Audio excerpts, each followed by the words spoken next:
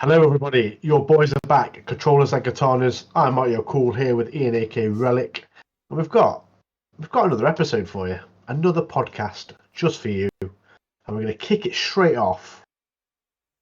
The thing called anime.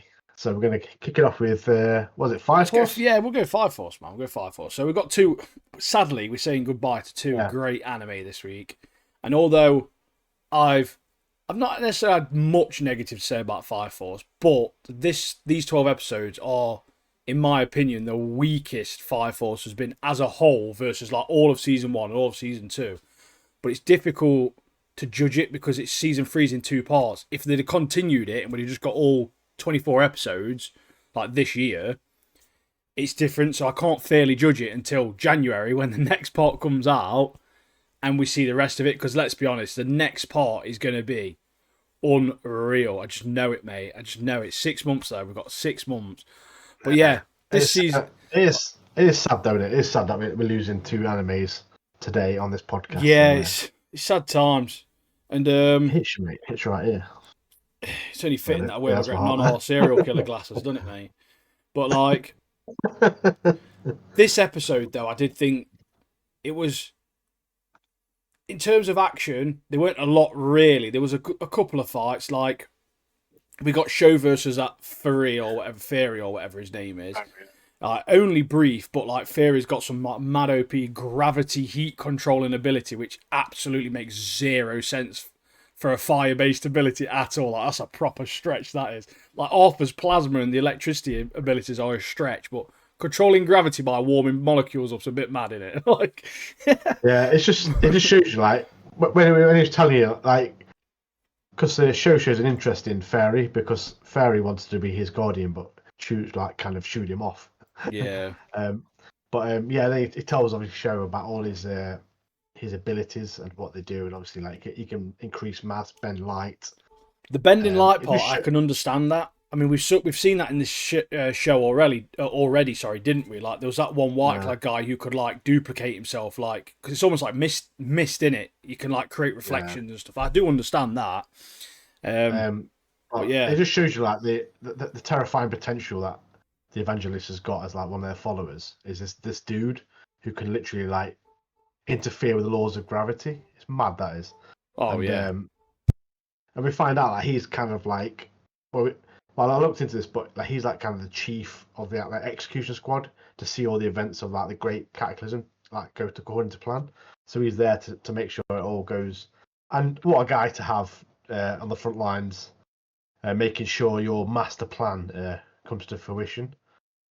Yeah, great character. And we find out also in this episode that he has an Adola burst, even though he's not one of the pillars.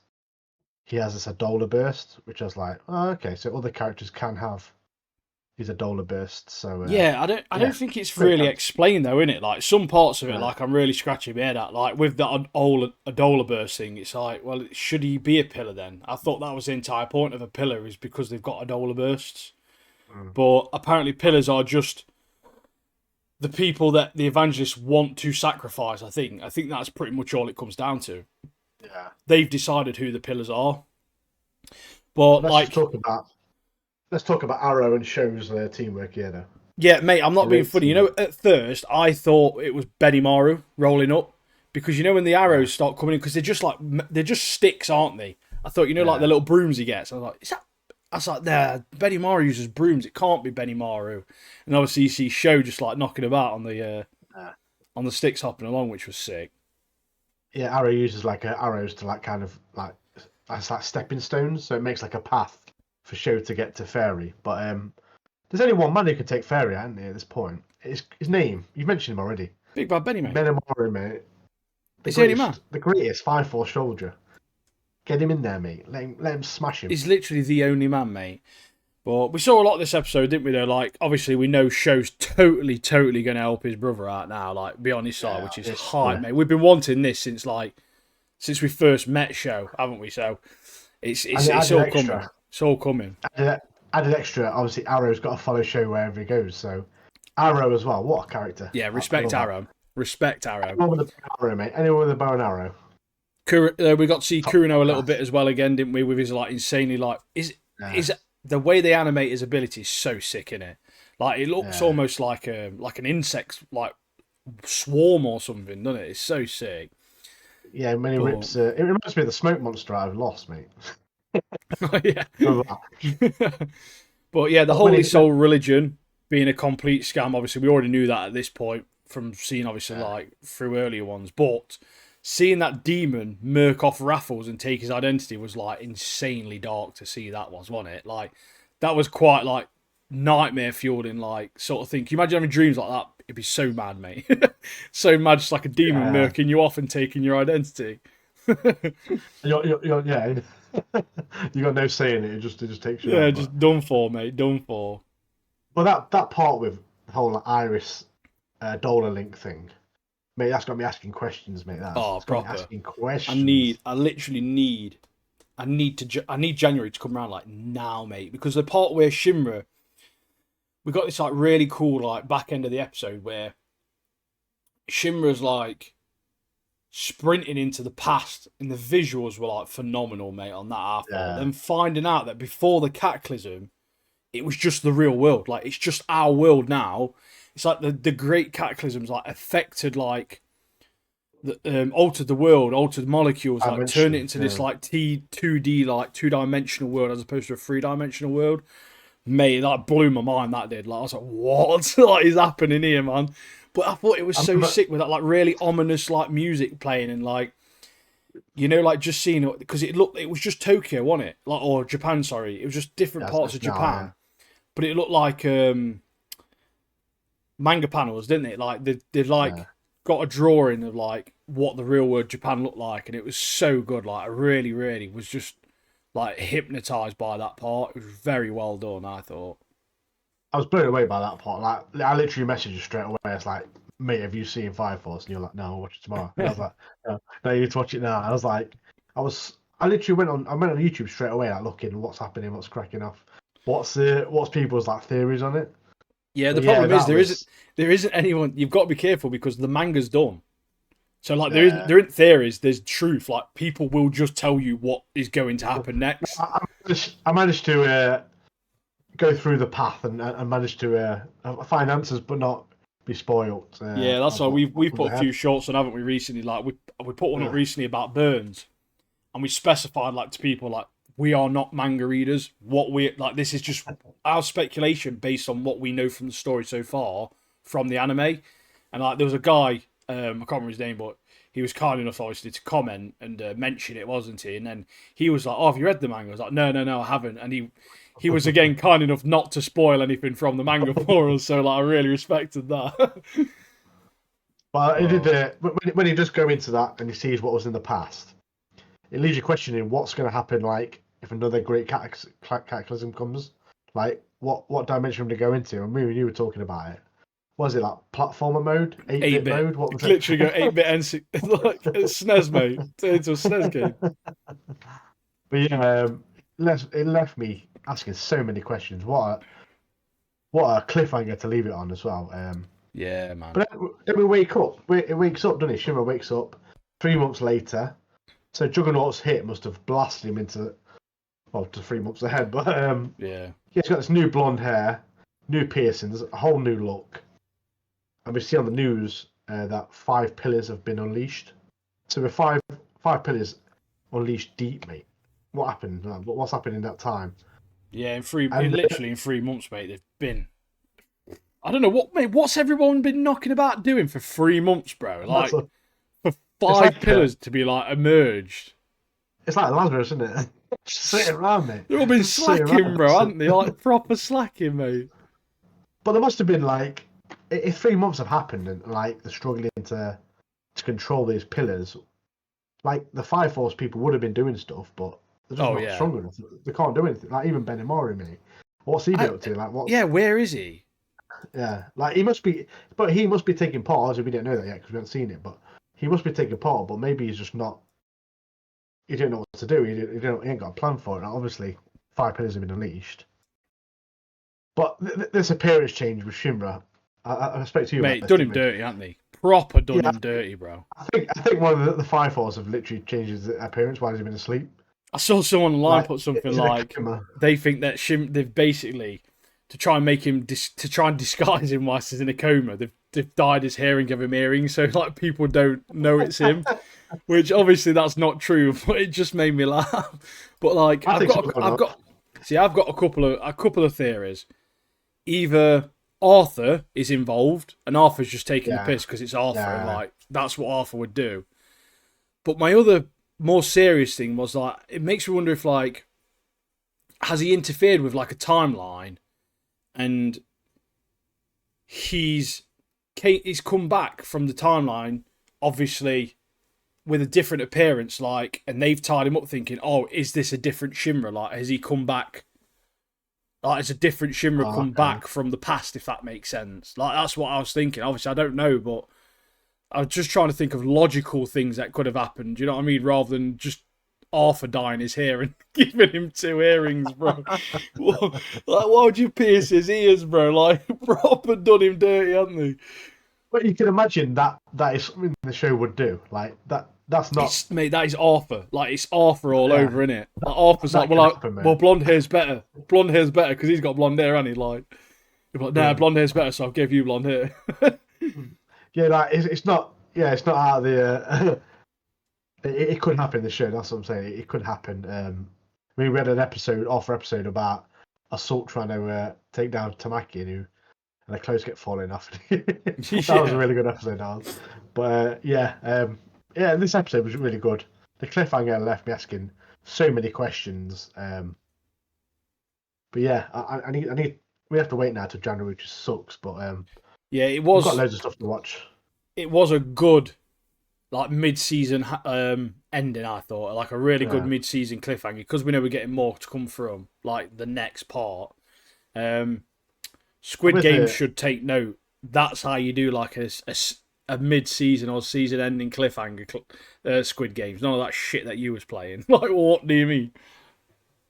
I think, like, also with this episode with Fairy, like finding out what you can do, like, it leaves you wondering, like, who's gonna fight this guy, who's gonna take this guy down? Because at the moment, it seems so OP, like what he can do. He can disappear, flip gravity, throw you all around, and you can't even get near him. Even Shu was trying to like take him down, but struggling. So yeah, I'm interested to see what happens with this guy. I mean, a good character to be fair, good enemy to be introduced. But yeah, good ep again. Unlike the next show we're going to talk about, so we should fly straight into it. Yeah, let's talk about Lazarus. I've got 2 paragraphs, mate. If like, I've got like 2 notes, mate. Like, but you know what's shook me, mate, about this show. If you were part of Lazarus, you would have guessed it in episode 3. Yeah, and I did guess it, but no, people actually really like this show.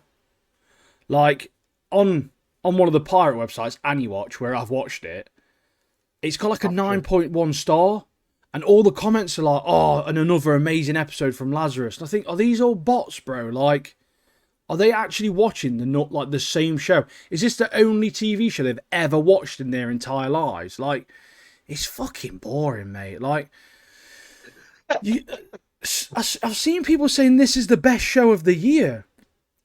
It's not even the worst. It's not even the best of the worst shows this decade. Like, I don't know where people are getting this information from. Like, it's honestly crazy to me. Like, it really is like such a mid-basic show. We get some pretty good action scenes in this show, but in terms of story and stuff like that, it's just gay, mate. Like, Axel in hospital, sidelined.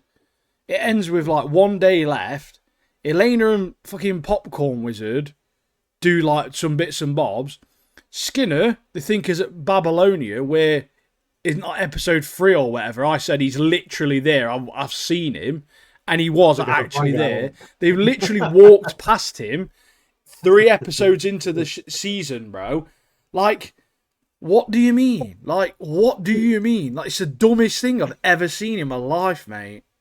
It's been chilling, like, bro. Chilling in the tent. It's literally there. Look, why you're walking up is literally there. Mate, someone needs to go back and clip it, because I literally said weeks ago, like, fucking, I don't know, 9 weeks ago that he's in that episode, bro. I saw him. Like, I 100% saw him. He's there, mate. He's 100% there. And guess what? It's got a. It's him, He's isn't it? 100% there, It's isn't we have a few other. You know what annoys me about this show as well? You know, the music. Like, jazz music's good, like, within a certain, atmosphere, you know what I mean? There's nothing wrong with the music. It's the placement of the music in it and how they've been using the music within the show. Yeah. Like, you don't unnecessarily need to just randomly put like jazz music over like random scenes. Like, why are you doing that? Like, shut up, man. Because like I wanted to go to like a jazz bar in New York, just like something to do in it. Like, yeah, something cool. Like, intrigued in it, I could tick it off the list. But the music of the show, mate, I've listened to all the different jazz hits, mate, for this show. But yeah, like I say, the music's good, but it's in the wrong places. Like, don't put jazz music in an action scene. It just doesn't fit. Yeah, at least it depends what they're doing. It just doesn't fit the action that's happening in those scenes. Like, so like basically this episode, we've lost out on our favourite character, Axel. He's like he's the only interesting character really, because he's just in hospital, mate. Like, murked off, bro. He just come back to life a bit, doesn't he, when he starts flirting with Christine? But apart from that, he's bedridden most episode. Gets a cheeky little smooch from her, doesn't he? Popcorn Wizard's annoying as ever. Terrible character. But we find out in this episode that Popcorn Wizard is from the islands near Maldives, the islands which were about to sink, but Skinner brought the islands. Then the residents relocated with the money, and then they had this, because he gave loads of money to move out of a sinking island. They had this like unwavering loyalty, so they've been helping Skinner to like keep his identity hidden. Not very well, because obviously you, like you say in the third episode, you saw him there with his Stevie Wonder glasses on. But I'm literally just a normal geezer that's got bad eyesight, and I still spotted him, bro. Like, what do you mean? Like, what do you mean, mate? Is that? Even Mr. Magoo'd pal. Straight away, got him done. The thing is, the guy you pointed out, or we were talking about, he literally looks like Skinner. So like, surely, so surely, but like, wait a minute. He does look like Skinner. What's going on? We've got a briefing, right? They know exactly what he looks like. Everyone knows who he is. He's just dossing.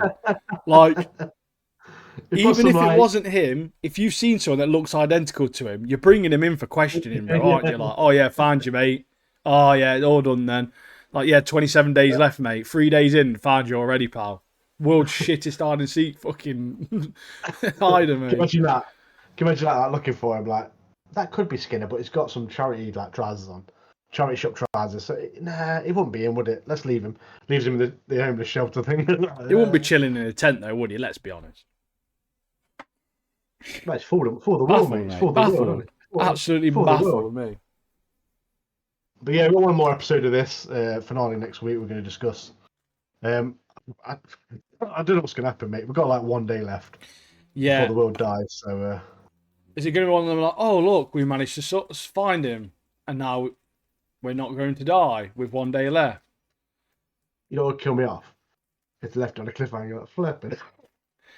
Bloody season 2 out next year, mate. If there's a season 2, I'm not watching it. I refuse to watch it. Like, literally.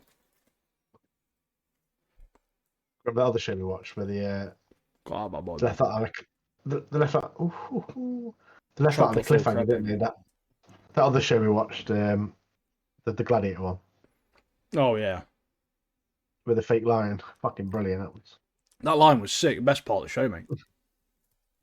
But they can unleash working old people. Yeah. Yeah.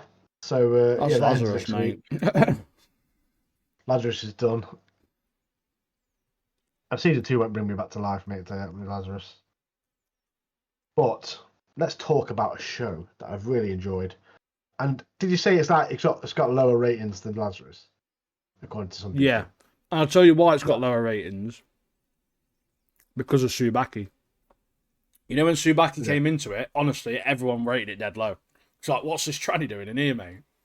Tsubaki's one of the best characters, bro. They've proper missed out on that. Like, it's the best. This is the best season of anime we've had Like this spring season, Windbreaker has been my number one anime, 100%. Yeah, honestly, yeah, like we talked about previous podcasts, like the characters that keep continuously coming to this. Even the guy with the crap hair that what's his name? Shizora. Oh, Shizuki. Yeah, well, I can't remember his name now. Suzuki, yeah. Even him with the crap hair, like he was a good character. He went into depth with him. Find out what he loved. He loved games, didn't he? But he had a really good part into some of the episodes. So, but yeah, really good bringing these characters to light and to introducing to him really well. So, yeah, like you say, Tsubaki, one of the best characters in this Legend. season. So, Absolute legend. People are missing out on that one. But yeah, proper. And yeah, this is better than the first season of Windbreaker. And yeah, it was this episode. We got a lot of. It was a slow episode, but it was like a big history lesson, wasn't it? Like we got a lot of backstory. We learned all about the history of how Bofurian came to be, and obviously, I find it quite interesting that how they only really united as one and like became like these like good guys because Endo's group ditched them. Like Endo's group was like, "Nah, we're gone, mate." And it's like, right, okay, now these guys are gone. We're going to calm down. We're going to help people instead. We're going to use our strengths to become better people. But yeah, obviously we see a new guy as well, don't we? This episode, we see the reverse Rengoku. I've got him. Yeah, reverse Rengoku is his like the opposite way around, and he's like a bad guy instead of a good guy. He's literally like it's like Rengoku's evil twin, mate. Yeah, Rengoku's evil twin, bro. But I like the start of this episode where like even May we find out why he's late because he got these like amazing looking sandwiches from Kahota, the lady at the cafe. Yeah, she's sick. I wish we'd see more of her this season. She's a good character. She is. But these sandwiches, mate, as soon as he puts them down, mate, they take a right good hammering, don't they? With some coffee, mate. I mean, that's like, at work when you take some sandwiches or some cake in, mate, instantly gone. When it's announced, that's it, mate, the cake's gone. Like, it just reminded me of this, like, straight away, those sandwiches on the bench, mate, swept away, mate, like swept away by the tide of people scoffing. Hungry geezers, mate. But yeah, this episode, I liked Neri as well. You know when Neri was explaining the backstory? Yeah. He was like proper being dead theatrical about it and stuff, wasn't he? Like, he proper made it dead fun, didn't he? Yeah, because with like all that kind of gossip or legends or whatever, urban legends and stuff, like there's always bits added in, bits taken out just to like make it sound better or make someone sound better or certain groups sound better. But we find out like he got most of it right, but there's certain areas of it that's not quite right. But yeah, like you say, May has wanted to take Bofurian one way, Endo wanted to take it another way. Endo wanted it in chaos. May wanted to be like a nice, peaceful place, like helping the town out. But this new guy means business, mate. And the way they introduce him with the he starts stacking bodies up. And he's like, "Oh, I wanted to set fireworks here, but people are here already." So he batters like a group of people and just like piles them up. Yeah, what's his name again? It's Takeshi or something, isn't it? Takeshi's Castle, isn't it? Yeah. Or it's Rikishi's brother, isn't he? Yeah, it's I think it's Takeshi or something. Takaishi or something like that. Yes, Takashi, isn't it? Is it Takashi, I think his name is? But yeah, we find out he's like, Endo. We thought it was all about Endo, but then this guy's like, he's like a guy who's never been defeated. Yeah, he's like the only guy. Umemea hasn't been able to beat him ever. Like he's the only person that Umemea can't beat. I think he said like he's never fought Endo directly, has he, or something like that? Because Endo wasn't the leader or whatever. It was this Takeshi bloke was the top dog. But I like the bit as well. I like the bit where obviously you have the story about Endo's coming back. This shadow's coming back. He cast a shadow back in the day. It's now coming back, and as Sakura's like, that's good because I don't want to. It saves me a job because I was going to go to him, but now he's coming to me.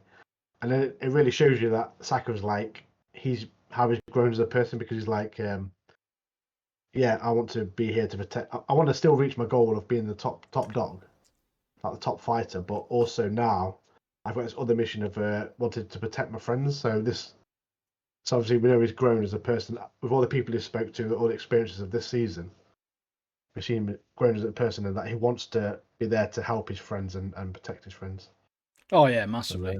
It's nice to see obviously the support from like Umamiya when obviously Sakura speaks his mind, and like with him actually discussing things and like you say being more of a leader, and it's just nice because like you say it shows that Sakura is going to be like one of the best leaders they'll ever have at some point. Like it's going to lead up, I feel like, to a point where he's top dog. He's got to, mate. Like he's got to because Sakura's sick. Like he's taken like a side. He's been sidelined a bit this season, I think, because obviously we've had characters like Tsubaki, we've had like the twins, we've had Shizuki or whatever his name was. We've had loads of these other characters, loads of other stories building. They've always, I thought, they've always shown Sakura on the sidelines learning. Like he's taking in all this information. Like he's learning from these different like leaders. He's learning from all these other, obviously like Kaji and things like that. And you can see him just taking in the information. So it may seem like he's been sidelined a bit, but I think it's for a reason. It's like it's for a reason, and he's gonna have taken his backseat, sort of like learning temporarily, and then when the next season comes, he's gonna take all this information he's got, and then he's gonna keep building on that, and he's just gonna become like a top level leader, and he's gonna batter people, mate. Yeah, with these the four kings as well. Obviously, we know about Sabaki, but there's other guys. I'm interested to know about that guy who every time you break his glasses, he goes mad. That's funny, mate. I want to see that now. I'm just his name because like on Crunchyroll it came up in Japanese. I was like, I'm not translating that. I can't be bothered. But he sounds funny, and we've got the guy with the hood on as well. Yeah, they got the guy who loves drawing or whatever. It looks like he's out Splatoon or whatever. But yeah. Yeah, so there's loads of characters, more characters to be introduced to with the Four Kings and that. But I'm interested to see who is the man to take on that Tatashiki guy. Like who's going to fight him? Because May can't fight him. Is he going to be like four people fighting him at once? Because obviously Endo's going to be fighting Sakura because May has like allowed him to take on that fight, hasn't he? So I've got so many questions again. So when's the season 3 coming out? But problem is, nothing announced, mate. We've had nothing announced for this show. So like we literally have no idea.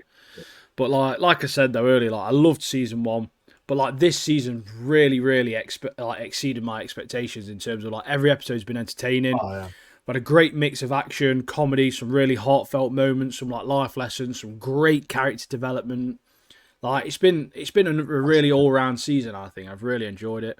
But like his remembering like his initial reason for joining, obviously, Bo Fiorin, and then seeing, obviously, the face of everyone he's helped, like, was incredibly touching. Like, Sakura's, like, he's such a great character, mate. Like, so much potential to grow even more, even though, like I say, he was sidelined this season, but I do think that was for a reason, for him to just be able to take in all this information and grow and, like, obviously, be more tactical. And because he's been a bit of a loose cannon, hasn't he? In our earliest, like season 1 and earlier in this season, the very first couple of episodes of Keel. So it's nice to see him obviously going to be learning some more. We might even see Keel again, though. That's the thing. We don't know. Well, we have no idea, do we? So Yes. It annoys me that we've got to wait a while now, but great show. Even like the first episode, when we started watching it, it was like a big massive Keel fight. It's like, I mean, a way to start off a season is having a massive, big old brawl up, and they did deliver it as well. And massively. Great show. And like with like Kaji as well, like showing Kaji what he can do. Kanji as well, great characters. Like you say, the character building in this show, especially season 2, fantastic. And, it's been great. I don't know why people are like downvoting it and stuff, but I honestly don't know why it's got like less than 7.5 out of 10. It's like at least a minimum 8 out of 10 show this season. Easily. But I don't think we've got any news for it yet, to be fair, because obviously they're doing the live action, aren't they? So it's likely that they'll release the live action first, and then they'll announce the next season. But with the time gap that we've had from season 1 to season 2, I've got a strong belief and feeling that we'll probably get it next year, to be honest with you. It would be nice, like let's get it out there. People want it. Let's get Let's us back on blast it, it out. mate. Come Get on. us back on it. Yeah. Oh, So yeah, we've got a little game great for show. it. If you've not watched it, watch it, cause it is sick. It's And sick. me and Ian have both said it's a great show. So if you're following, just get on it, mate. And everyone knows how Just Mardy get on I it. am. Yeah, we don't hold back. If we don't like a show, we'll let you know, mate. We'll warn you, so you don't have to watch it. We'll watch it. Yeah, that's it. That's it. Right, we've got a little bit of a game. I've got a bit of a game for Martin. It's a bit of a quiz, mate. We're going to find out. Everyone loves a quiz. What droid are you? Some So, crap drawing, I bet. there's only one way to find out, mate. We've got to take the quiz, haven't we? We've got to take the quiz. So, Go on. Just to preface this, not next week's pod, the week after, we're going to have a little bit of Star Wars content in that as well. We're going to go through our top 5 droid designs. So make sure you're subscribed and you're following us for that, because it's going to be decent. Got a few more bits to talk about as well. We've got some anime to talk about. We've got some TV shows to talk about there, because Martin's going to be off that week. So we're going to compile some bits together for you to make it as entertaining as possible. But let's get into the quiz. So Martin, when you're at a party, what are you most likely doing? Are you complaining about the lack of food? Are you serving the drinks? Are you looking for that one friend? Or are you cracking jokes? What we're saying? Cracking jokes, mate. Cracking jokes, mate. On to the next one. What is your ideal way to spend a day off? Doing odd jobs to make some cash? Going on a run or doing something active? Taking a hot bath? Or travelling somewhere adventurous with a friend? Is it relaxing not on there? No. Just Well, relaxing. Taking a hot bath, I guess, is chilling, isn't it? You have to do that one, isn't it? I'll take a hot bath. Just nothing, mate. What is the most likely reason someone would be upset with you? You couldn't keep the secret. You've been chatting shit. You've robbed their money while it's gone. You've took the mickey out of him, like Perry, saying he's got a tic-tac head, which I said to him today. Or you've told them the brutal truth, again, like Perry, got a tic-tac head, mate. Take the mickey, mate. Taking mick, innit? Some people are too soft, aren't they? Like bants in it, not like malicious, but bants. Yeah. Bants. Just bants. But some people just can't take the bants. They like to give the bants, but they can't take the bants. Yeah. Now, what sounds the most like you? Do you think quickly under pressure? Are you great at disguising yourself? Are you fiercely independent? Or are you resourceful?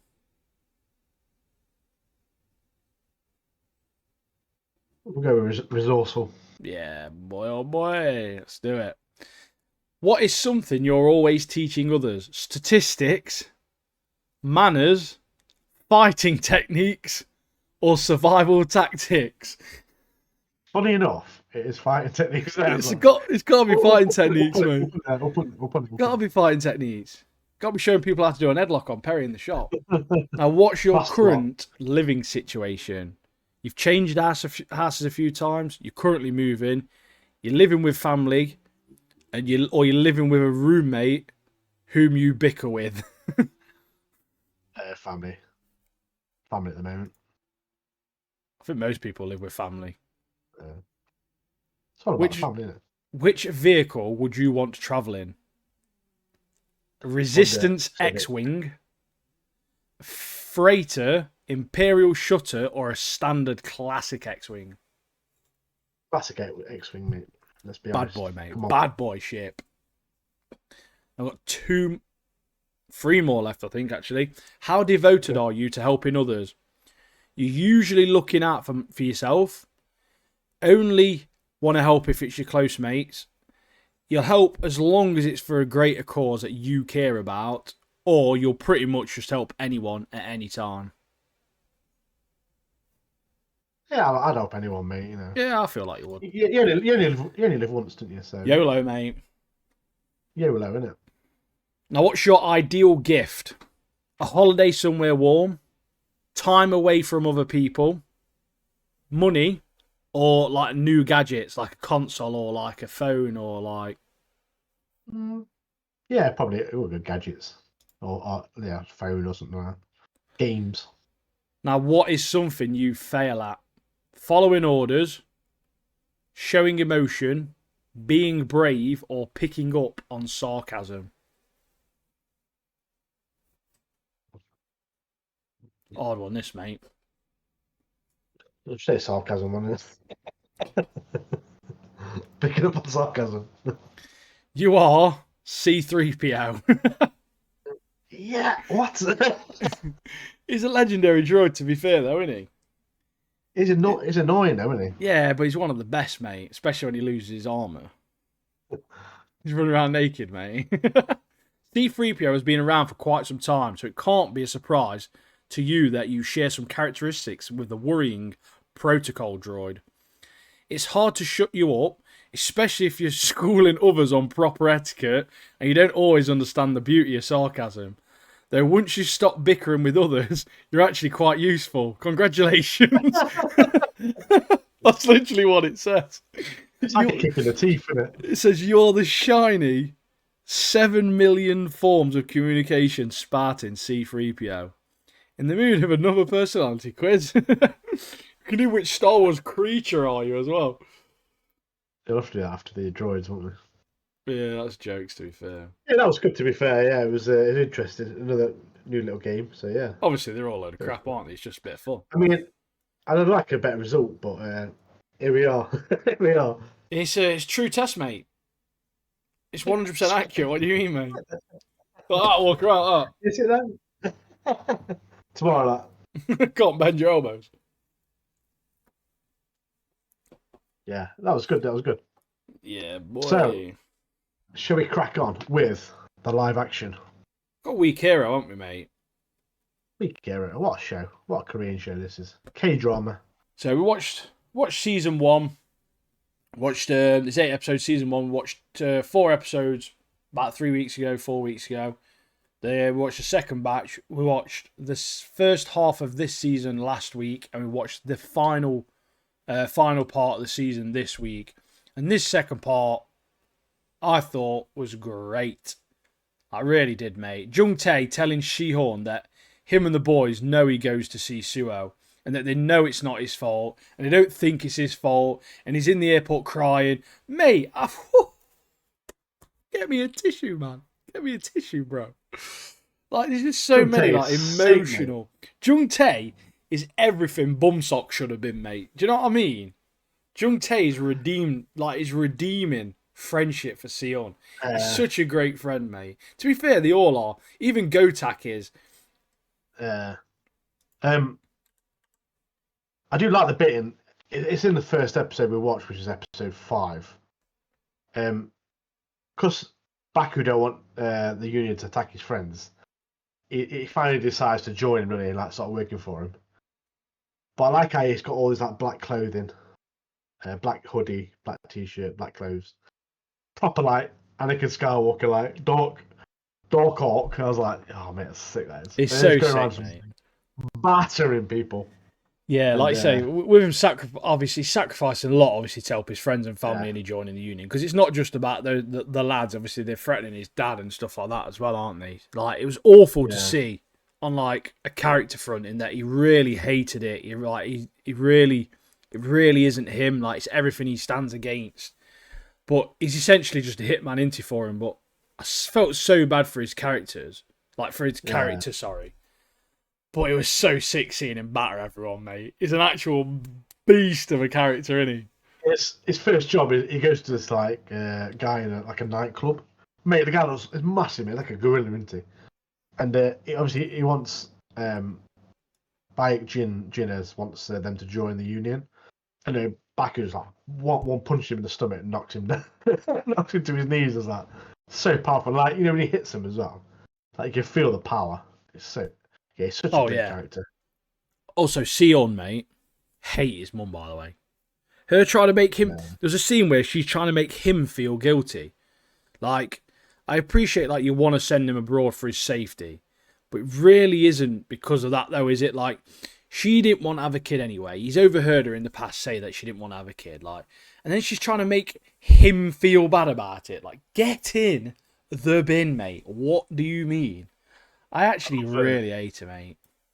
Yeah, she's Toad, mate. She's an idiot, mate. A toad, like you say. But I love in most like shows and stuff, but especially K-dramas and stuff, like the bonding session between the friends, mate. Oh, it hits you, mate. It hits you right here because I love all the scenes. You know, even just with that eating, chatting, laughing together, and we know how like all the stuff that Sion's been through, with like Sion and all that. It's like, it's so good to see. Like, Yeah. so good. Yeah, I'm not going to go into too much detail because there's 4 episodes, but like there's a couple of bits that I really like. There's a part in episode 6 that like made me laugh. It's one of the reasons I proper like Jung Tae, mate. They go to see that Hyo man, don't they? Who was like one of the guys who was bullying people while Baku was off, and he tries to get info on the union.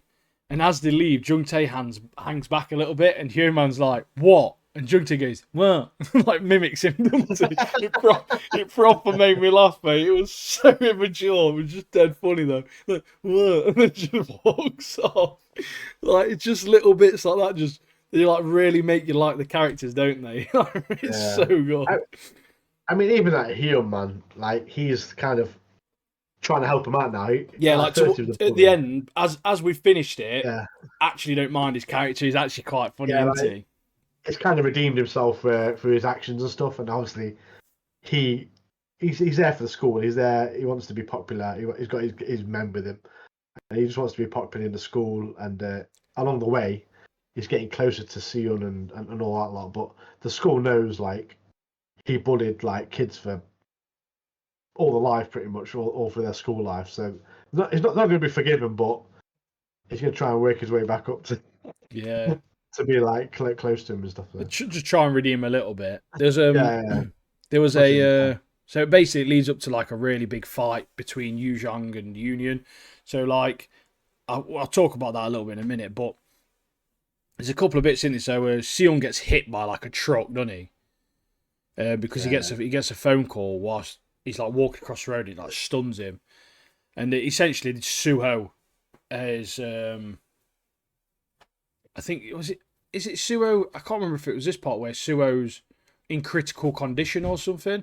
Yeah, so he's in critical condition, and obviously he's walking across the crossing into Sion, and that lorry comes out of nowhere and mullers him, batters him, mate. But like he's dreaming, and you see like bumsock again, mate. And I was almost physically sick, mate. Instantly filled me with rage, mate. Like, it instantly filled me with rage about that. Did I was like, I hate him so much. Like, even him in the dream world, like trying to make out it was like Sion's fault. I was like, no, mate, you were the knobhead. Everyone needs to calm down trying to guilt trip Sion. He's literally done nothing wrong. He's like bare helpful to all his mates, trying his hardest, mate. And they're all just dickheads, aren't they? I feel dead bad for him. I like the bit in episode 6 as well, where Gotak and Jun Tae like go to that warehouse to get them files. And their chemistry between them two is so dead funny, aren't they? They are. They are proper good together. I like the bit where obviously the main bad guy, Baek Jin, like he knows they're there, so he sends his like thugs or whatever. And that guy with the bug eyes, mate, it did mean that guy. Mate, he's got one eye like up here, and he, bro, like what is he? He was so difficult to take serious. He was every time he came on, just laughing to myself. But like they have this like fight, don't they? And Gotak, to be fair, mate, he's literally murking loads of people off, isn't he? And but they get into trouble. They get in trouble because obviously like they're being overrun. But that guy's got a pipe, and that guy with the bug eyes. He's about to hit Gotak, and then out of nowhere, Jun Tae, mate, barges him, flying shoulder barges him, and the guy flies into like a filing cabinet. he's on the floor. Jung Tae's sick, mate. I love Jung Tae. It's a beast, mate. But there's a few moments in this where like really like a few little twists, weren't they? So like that Shung Jae, the weedy nerd that got done in by Sion when he got stabbed in the fort. Like there's a point where he like redeems himself by saving Jung Tae, and so basically they kidnap Jung Tae, take him back to that garage, don't they? And they just start battering him and they start filling him in, and it turns out he's upstairs asleep and they wake him up. So he's fuming. He comes down, batters them all, lines them up, phones obviously the boys, gets them to come and get Jung Tae, and then you think, oh mate, like do you know what? He's helped the lads out. And then instantly makes me hate him again by tricking Sion and like trapping Sion in the bowling alley, like proper wound me up. I was like, you were so close, mate. You were so close to be redeemed. And then you instantly make me want to punch a square in the face again. But then there's that massive battle at the end, don't they? That massive battle. Big Royal Battle Rumble. of the Bastards, mate. Yeah. So basically, like, if Baku wins, Baek Jin, he will and the Union will leave. Like, they'll just leave him alone altogether, and they'll disband or whatever. But yeah, that final scene was so good with that Baku fighting Baek Jin. That Baek Jin guy, he's a fighter, isn't he? Mate, that's bullshit. Like, there's no way Baku would have got beat by him. It's just before before that when they're like, heading towards each other, like, and he's just like battering everyone. I was like, it's pretty good. It's pretty good. Yeah, like that big fight was so cool, mate. Like you say, like Baku versus Baek Jin, fight was great. The choreography was great, but like I say, bullshit, mate. No way Baku would have been taken down from him. But obviously, then Seum rolls up with knuckle dusters, mate. Crazy work. He starts blitzing Baek Jin's like shins, bro. That must have killed that. Yeah. So he's scrapping, and he's like, "Oh yeah, well, how much is your margin for error?" And he's like, "Oh no, I'm still within it." And then he turns around and Baku's getting back up with a little smile, like, "Yes, mate, I'm gonna batter you, pal." Yeah, so we found out that his plan was like to weaken his arms and his legs and stuff like that, so he can't use them. And then Baku just gets up and squares him up there and batters him. But yeah, it was a good little plan, that was, because they all got involved in taking him down. But then at the end, we have a little after the credits, don't we? So the best scene of this entire series is in the end, where Sion gets a call, mate, and his boy's awake, isn't he? Suo is awake. Amazing. He's alive well. I literally getting goosebumps just thinking about it, mate. Like the thing that proper got me, mate, and proper made me like a little bit emotional was Sion saying, "Who are these guys then?" And he's like, "My friends." And he's like, "Good." Like he's proper, like he's dead happy, isn't he? Yeah, so happy that Sion's found some friends, mate. And that proper got me that day. I was like, oh, my boys, legend, my boys, mate. So and we find out the big nerd takes over from Baek Jin, because obviously Baek Jin's been killed off by the Union. Baek Jin's browners. CEO Choi guy, mate, that guy is slapping eaters. Mate, again, the head guy. Why is there like full grown adults just hanging around with kids all the time, mate? Proper nonsense, aren't they, mate? Yeah, they're just like using them like as slaves, aren't they? To like, because the whole thing was like, this Union thing was like, it was like money laundering, wasn't it, for these like gangsters or whatever. And obviously they're using like Baek Jin to like launder the money and earn them money by stealing phones and stuff like that. But milked him off, mate. And we have the scene at the end where you don't see his body though. Like, it makes me wonder if they've faked his death and he's just gone to like abroad to like get away from the gangsters and stuff. Maybe, yeah, maybe that is the case. But Baku and Sion are all like at his funeral, aren't they? And all these, the funeral. Bug guys in the background, yeah. Mate, Bug Guy's in the background. He's straight faced, but his mate was smiling the entire time. His mate were buzzing. Like his mate knew something. His mate knew something, didn't he? His mate knew something. He was buzzing in the background. He's like, "Baek Jin's dead, lol." This is jokes, bro. ROFL. But yeah. But yeah, it was a good show altogether. Really I don't know when season 3 is coming out, but when it does, we're looking forward to that. I mean, the 2 K-dramas we have watched. Watched Bloodhounds. Been great, haven't they? And the third season's not even been announced yet, mate. Yeah. But The Bloodhound's show's just immense this year, popularity, apparently. particularly after season 2's debut, strongly suggests a high likelihood of renewal. Fans are eagerly anticipating news, especially given the open-ended nature of the season 2 finale, potential storylines it sets up.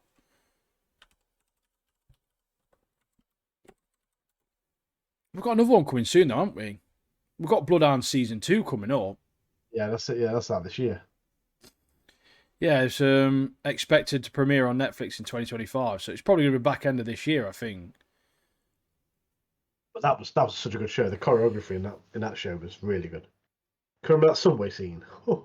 Mate, I love those two as well. I'm so glad neither of them got murked off, in that. I mean, it could happen in season 2, but like their chemistry together, they're so good, aren't they? Together, those guys. That subway scene where there's literally like loads of guys with like pipes and just like knocking them all out. Bang, bang, So bang. good, Oh, mate. man, So good. I can't even remember the names now. It was Gunwoo, wasn't it? And Woojin. Yeah, Woojin, wasn't it? Woojin and Gunwoo. Gunwoo. Yeah. But yeah, that was a great show. Great show. And we got it coming back. Yeah, it's coming back, mate. We'll be talking about it again this year, bro. Like literally within months, mate. Yeah. So, if you know that's happening, join our Discord. Get on it. Follow us on YouTube, TikTok, Instagram, even though we don't post on there much. Yeah, we need to start probably posting on there more. Yeah. But yeah, it's all kicking off, so join us. Join our adventure. Join us on Discord. We've got people in there now chatting about anime, movies, games, memes. So yeah, join us. Yeah, so we've got obviously we've had a lot of anime end. So next week we've got the Lazarus final episode. We're going to be talking about Squid Game season 3 that comes out. That's out now, and when this is aired, so that'll be out. So we'll be talking about the Squid Games next week. Potentially, probably all of it. Probably all of it. Yeah, we'll be talking about all of it. And we're probably going to talk about probably talk about Erased next week. So I've watched all of Erased. Martin's watching Erased, and we're just going to have a chat. And then the week after that, we've got a few bits. So we've got like Mobland, which is a Guy Ritchie show. Well, we'll talk about that. We're going to be talking about a top 5 droid designs. Potentially going to be talking about a Rogue One discussion, which I think we'll probably do. That would be a good idea, I think. Yeah. And what else are we talking about? We've got a Guy Ritchie tier list. We're going to be talking about... We might talk about Hell's Paradise. We both watched that. We might do a little bit of season overview of Hell's Paradise. So we've got a little bit to go. We've got some nerdy stuff to talk about. We've got some not so nerdy stuff to talk about in Mobland and Guy Ritchie stuff. But Mobland, Martin's already watched it all. I've watched 7 episodes. Very, very good show. Tom Hardy's fantastic in it. The entire cast is fantastic in it as well. Anyone who's watched it, Eddie, I'll bullet to the head, mate, instantly. If he comes to my house, he's done for dead instantly, bro. I swear to God, I hate that guy so much. Maeve as well, mate. Exactly. She's loony. She's tapped, mate. She is the woman in it. She's a maniac. She is. But, like, yeah, we've got plenty of stuff to come. So, yeah, we understand that, obviously, next 2 weeks are going to be light on the anime front. But 3 weeks today, we've got Dandadan, and we're going to be talking about 2 episodes of Dandadan. Sakamoto Days Part 2, Episode 1. Gachakuta, Episode 1 and 2. And then the following week after that, I think we've got Kaiju, number 8, like added to that. We're going to have like 4. We're going to have like 4 anime on the go. That's mad. 4 or 5 anime on the go at a time. So it's going to be peak controllers and katanas come 2-3 weeks time. So make sure you get on there. Make sure you're following us. You're subscribed. All that good stuff, because we're trying to pump out the content. As you'll see on TikTok, you're going to see our faces a lot more. We're asking questions, we're interacting, we're there. We've got 250,000 views on a video. Every single comment has been liked by us. We've read every single comment, and it's like over 6,000 comments or something ridiculous. There might even more than that on there. Like, We've literally gone through and read all of them. There's 4,600 comments. We're there, like, we are trying, like, to interact with people because we appreciate people giving us the time. We enjoy doing this, and we hope you enjoy us doing this, and you're entertained by it a little bit. And the fact that people have took time out of their day to watch our videos and they've commented on stuff like it does mean a lot to us, and we really do appreciate it. It just, and the morale boost it gives us both, like having this interaction with people, like obviously people who love games, love anime. This is the shorts we did. Like I say, we commented on most of the as best as we could. Obviously, there's 6,000 comments or whatever, so we did our best to like them all, comment on them all, because we want that interaction. We want to grow as a podcast, as a TikTok, Instagram, YouTube. But yeah, I mean, look at I was going that. to tell them about. Look at my drafts. I've got videos in the draft ready. I've got videos waiting in the bank. I've got notes with a list of videos I'm going to make ready. Martin's got the same. Trust me, we've got content. We've got loads of content coming. We want to be speaking to you guys. I'm trying to make as much content at the moment to interaction content. You'll get a few clips from the podcast and stuff like that, but I want to interact with people. Yeah, we want to be getting people into the community rather than just, oh, that's them guys who just talk about crap. Like, we want to be interacting with people, talking about people. We don't want to just be one of these faces that you see and you don't think you're ever going to hear from us or get interaction from us. Like, we literally comment on probably 75% of those comments have been commented on. Like, some of them don't really warrant a comment, but they've all been liked regardless. Yeah. Well, nearly. There's some dodgy ones on there that haven't been liked, but we have at least seen them. Yeah. But we're just trying to, like I say, we're trying to interact on. We're trying to, we value your opinion, your comments and stuff about certain games and gaming characters and all that. But like I say, we've got loads of content to come out. So join us on this adventure. Because we've got so much content to come out. And we want your thoughts on the questions, and I think that'd be really good. And the feeling we get when people comment or like or just comment on our stuff, the motivation just goes through the roof. It's amazing. But beautiful, mate. But that's it. But that's it for this week, isn't it? That's it for this week's poddy. What are we on? What time are we on? 57 minutes, mate. About an hour in, aren't we? About an hour in. And we've already got two things to say. Godspeed. Peace and prosperity. Have a good weekend. And we'll see you on the next one.